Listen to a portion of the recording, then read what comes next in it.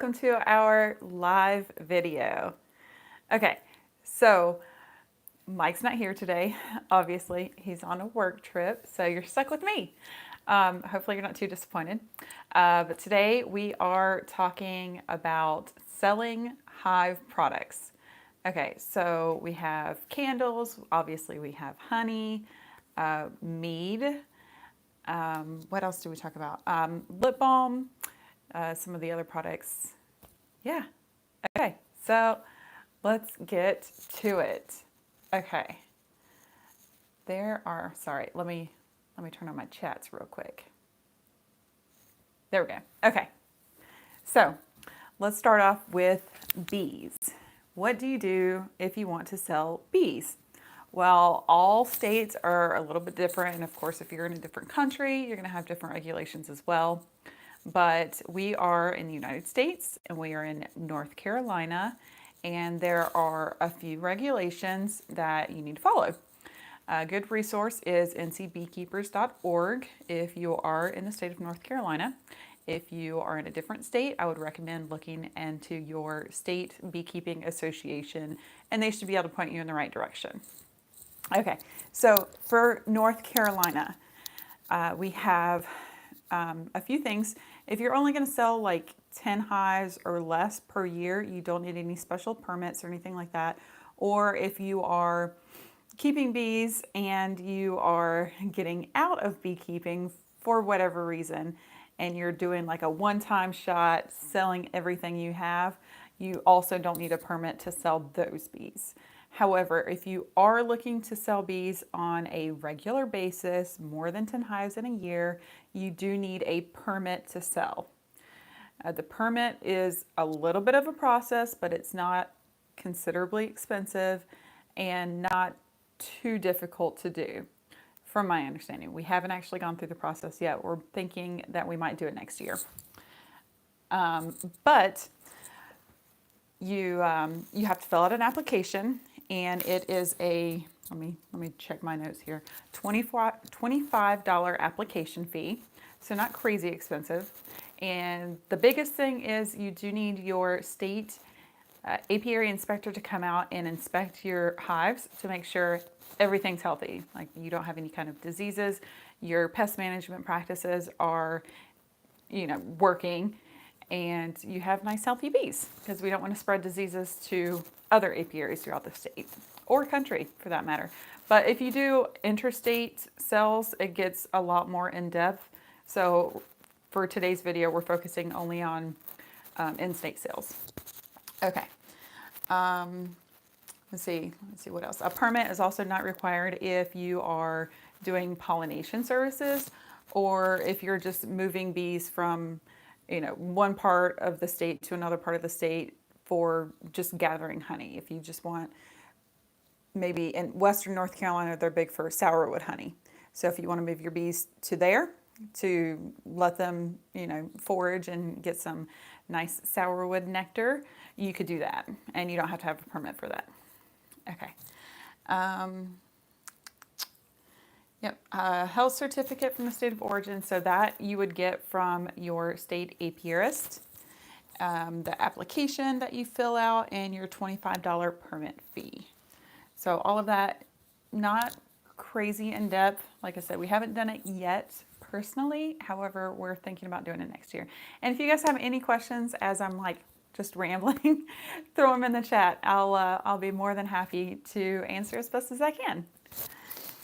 Okay, let me see what else. Bees. Okay, so there's a few ways that you can sell bees. If you do keep bees already, you probably know that you can get bees in a package. You can buy a full colony, or you can buy a nucleus colony. And a nucleus colony is just bare bones. It's like a baby colony. It's a baby beehive. Okay, so they're typically 4 or 5 frames, and in those frames you have pulled out drawn wax, foundation or otherwise, but it's honeycomb all the way around, and they are on movable frames. And in the honeycomb, you'll have brood in all stages, preferably. You'll also have a mated queen and you'll have resources. So bee bread, pollen, honey. Okay, whether it's capped or not, so that the bees can continue to progress and survive and do well.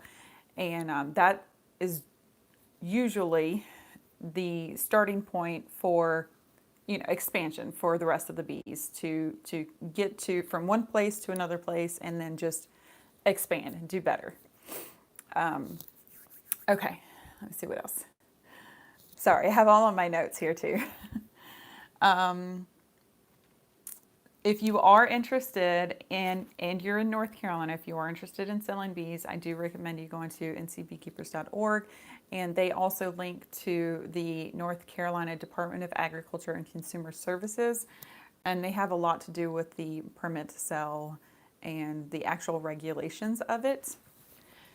Let's see what else. Sorry. Okay.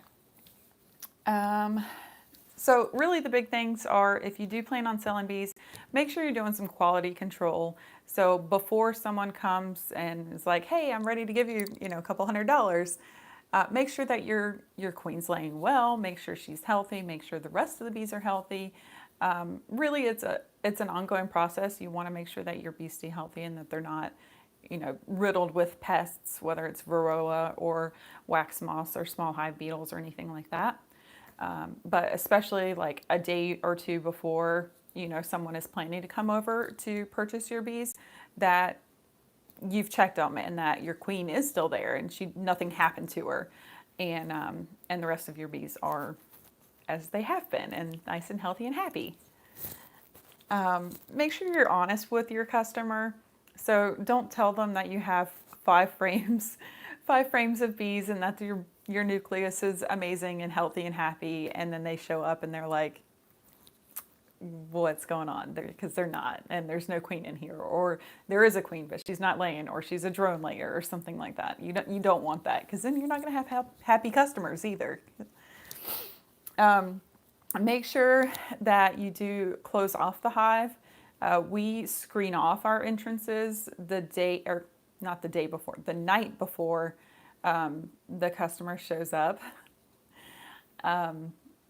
So that once the foragers have returned to the hive after being out and about for the day, you screen them off. That way there's still ventilation. They can still get that nice fresh air, but none of the bees are going to escape before your customer shows up to get the bees. Okay. Some of the other things to think about is, are you selling the full nucleus colony, including the equipment that you have, or are you only selling the frames? So if you're only selling the frames, you need to make that clear to your customer also to bring their own box and make sure that they know that they need to have a way to not close off the hive, but and make sure that the bees aren't going to escape in their transit to their apiary. And that can be as simple as getting some wire mesh or some window screen, some simple things like that. If it's a short distance, we actually saw something where a beekeeper took some foam and soaked it in water and then just kind of smushed that into the entrance. And that works for small distances. You don't want to do it on a super hot day or if you're going to be traveling a very long distance, because the bees do need air. Some other recommendations that we have: make sure you are dressed appropriately if you are inspecting your hive or the nucleus colony with your customer when they show up. That way they know exactly what they're getting and they are a happy customer. But you want to make sure that you are promoting safe beekeeping practices. You have at least a veil on, and maybe closed-toed shoes would be helpful. Make sure that they have the price beforehand. You want to make sure that they know exactly what they're paying and what they expect to get. Like I said, whether it is just frames or if it's the entire, box, roof, bottom board, all of that. Okay. Something else that we, kind of a side note, had to think about is we don't run foundation for the most part in our apiary. So that is something that we make sure that if we are going to sell a hive or a nucleus or whatever, that we tell our potential customers like, hey, we don't run foundation, so if you are buying these, they don't have foundation in the frame, so you have to be a little bit more, I don't want to say careful, conscious of it whenever you're doing your inspections. You can't just, tilt it sideways. The comb might fall out. Just something else to keep in mind. Another good practice is to make sure that the customer knows what they should do, how to install the bees once they get to their home or wherever they're going to keep them, but also for the next couple of days, what they need to expect. So is it, a lot of it depends on, your environment. Is there a flow on right now? Do they need to feed? There's obviously a lot of things that go into it, as with everything else in beekeeping. But just kind of have that conversation so they know what to expect and what they need to be doing. And if something goes wrong, say your queen was there and she was laying and she was doing great the night before when you closed them off, and your customer gets there and you're going through the hive to make sure they're happy with what they're seeing, and something goes wrong. So the queen died in the night, or I don't even know what else could happen, but something crazy happened and they're not happy. And well, obviously you don't want to sell it to them, but do what you can to make it right. Whether if you have another colony that you can pull a queen, give them a caged queen to introduce, or if they're local, maybe they can come back a different day after you have, remedied the problem. Just some things to keep in mind. Let me see what else.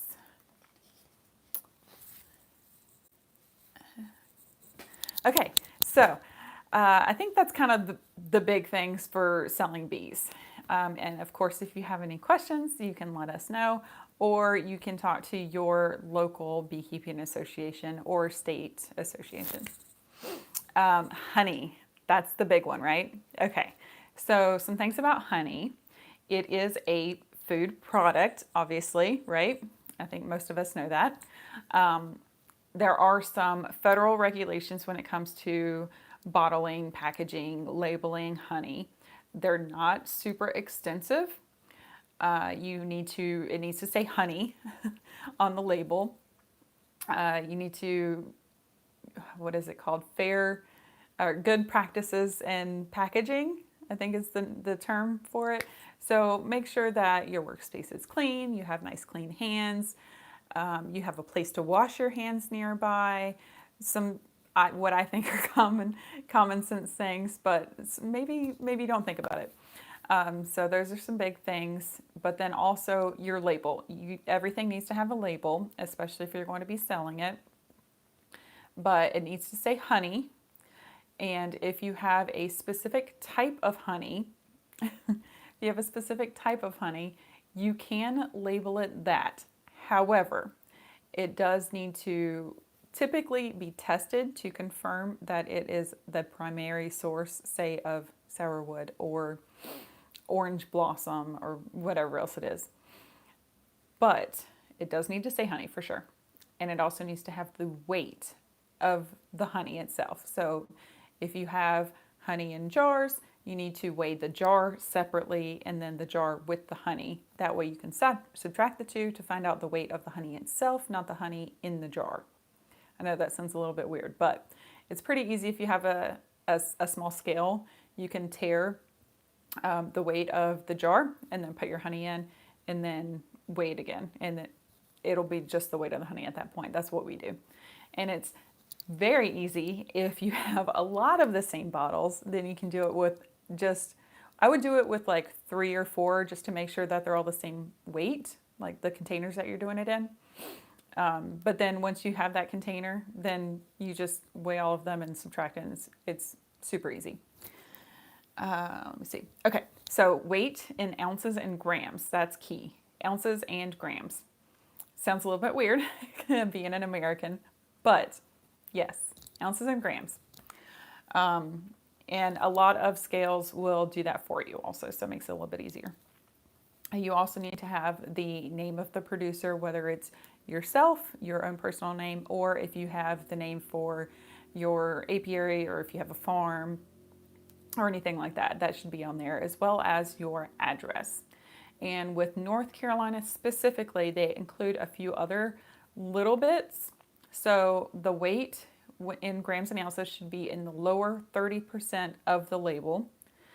And with the state and with federal, honey should be the primary focus of the label. So it should be like a little bit bigger than your other words, things like that. And then with North Carolina, you're also supposed to list your zip code. something just a little bit different. Okay. In North Carolina, we also have something called the North Carolina Certified Honey Producer Program. Okay, I know that's kind of a mouthful, but again, ncbeekeepers.org has all of the information regarding the Certified Honey Producer Program. But in a nutshell, it's you are stating that you aren't feeding your bees when they're bringing in, nectar to make honey. So you're not selling adulterated honey. You are treating your bees in accordance with pesticide management. So you're following all of the labels, which you should be anyway, because it's federally regulated.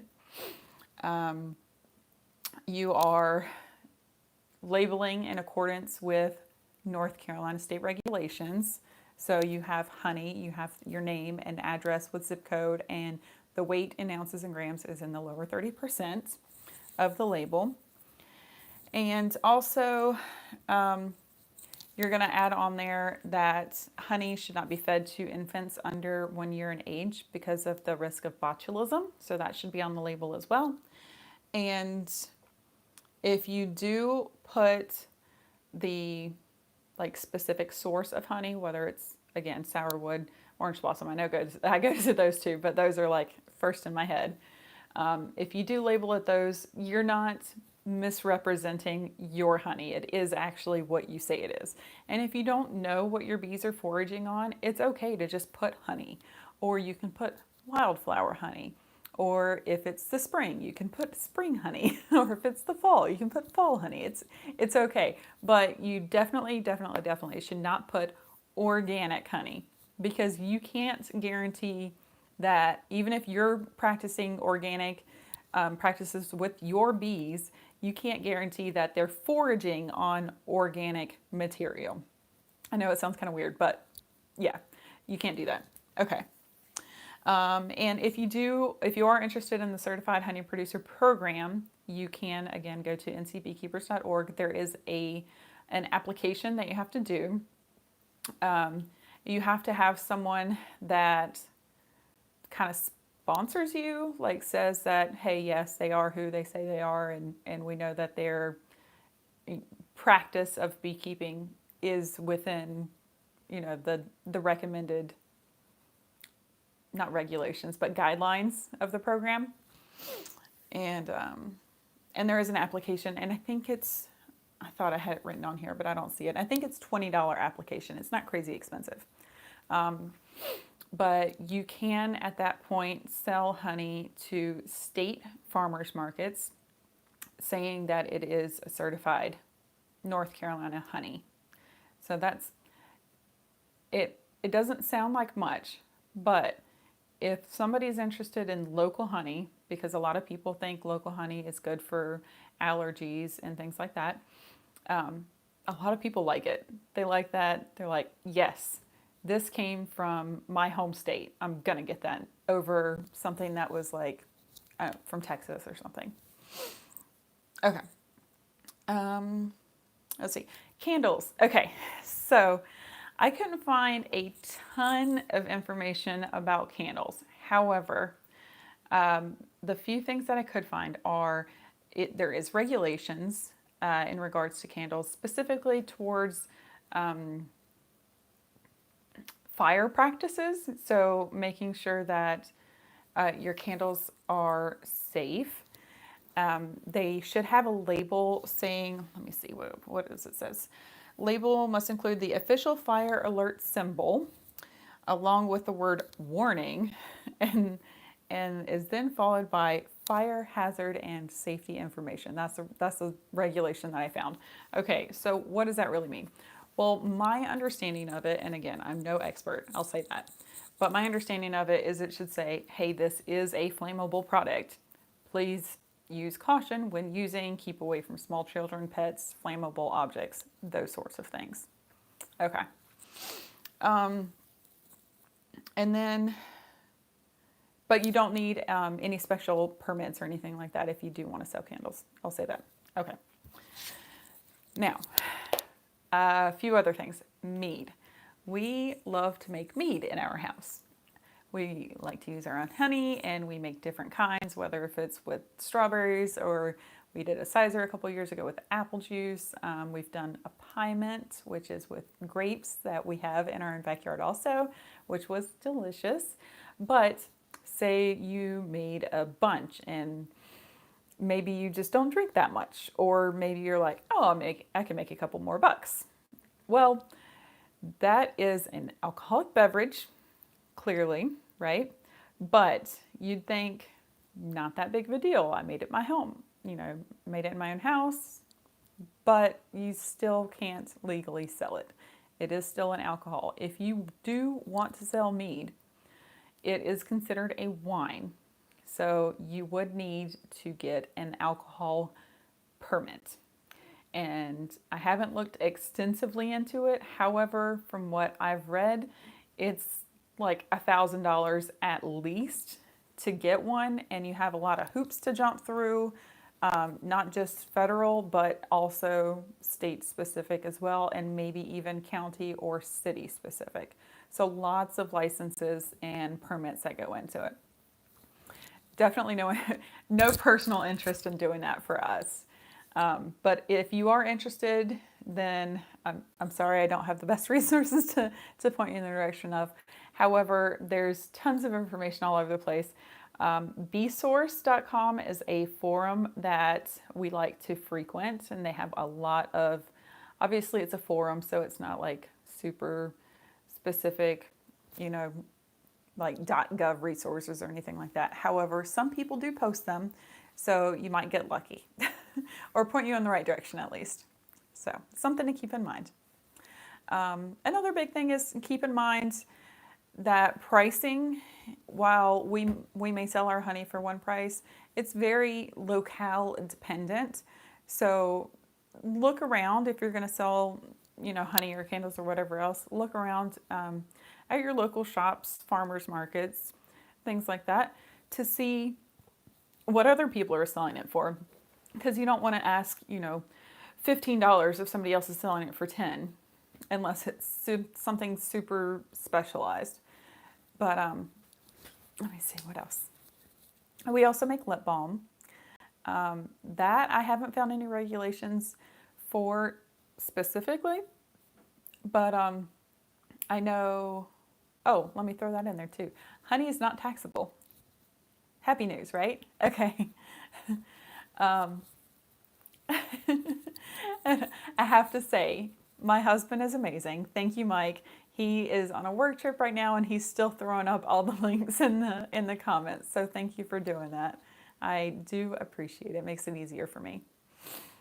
Let's see. Yep, honey is not taxable. So if you're selling at a farm market or direct sales, so if you want to sell it to your neighbor or your friend down the road or whatever, you don't have to worry about taxes. So that's nice. One less thing. Let's see. Am I missing anything else? Does anybody have any questions? Everybody's been super quiet. Say hi, at least. Do you guys sell honey? Do you sell candles? Anything else? I'd love to hear.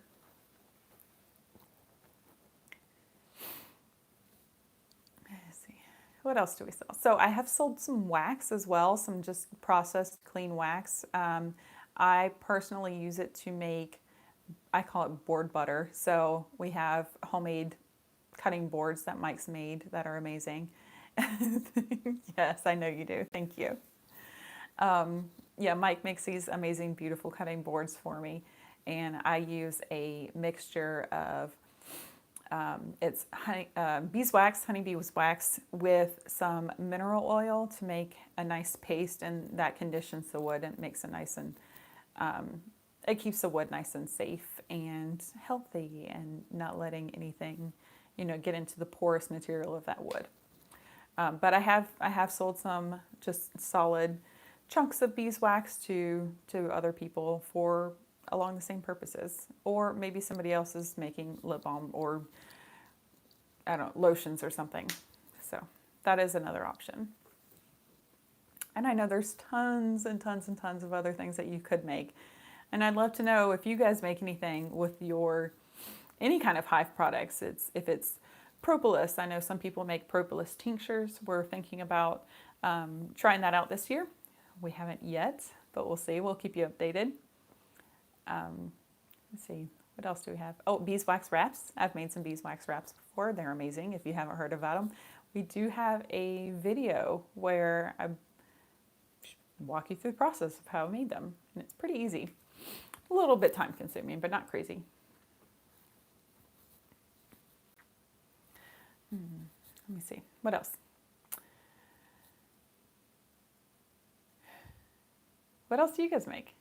Do you guys make anything with your hive products other than honey? Oh, I had someone the other day ask me about infused honey, and I have to say I have never thought about infusing our honey. I think it's delicious as is. I can't even imagine doing it. However, I have had some infused honey from other places, and it's good. I personally prefer just my own honey, just raw, natural as is. But what are your thoughts?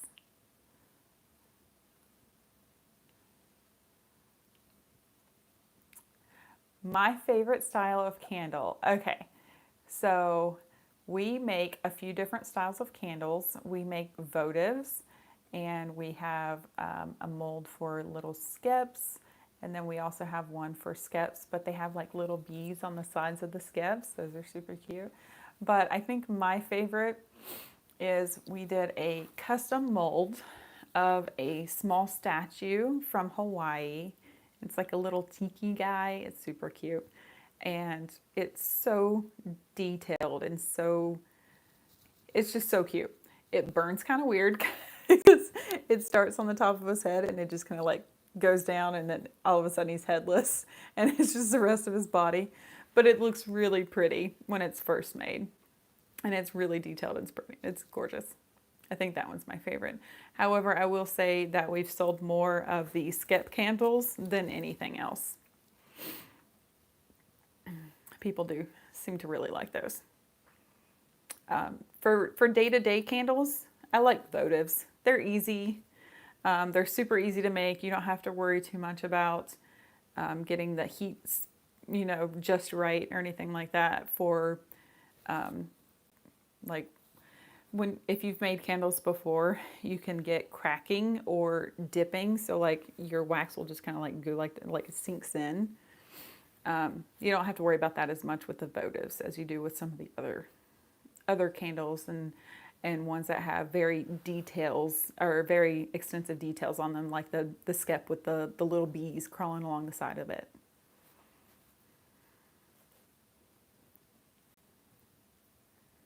Okay, well, if nobody has any questions, I think I'm gonna wrap it up. I know it's not nearly as long as it has been lately, but I don't know if that's such a bad thing. It's only close to 30 minutes now. Okay. Well, I hope you guys enjoyed. I hope you have a fantastic night, and I hope you have nice, healthy, happy bees. And we'll see you on Sunday for the next premiere. Have a good night.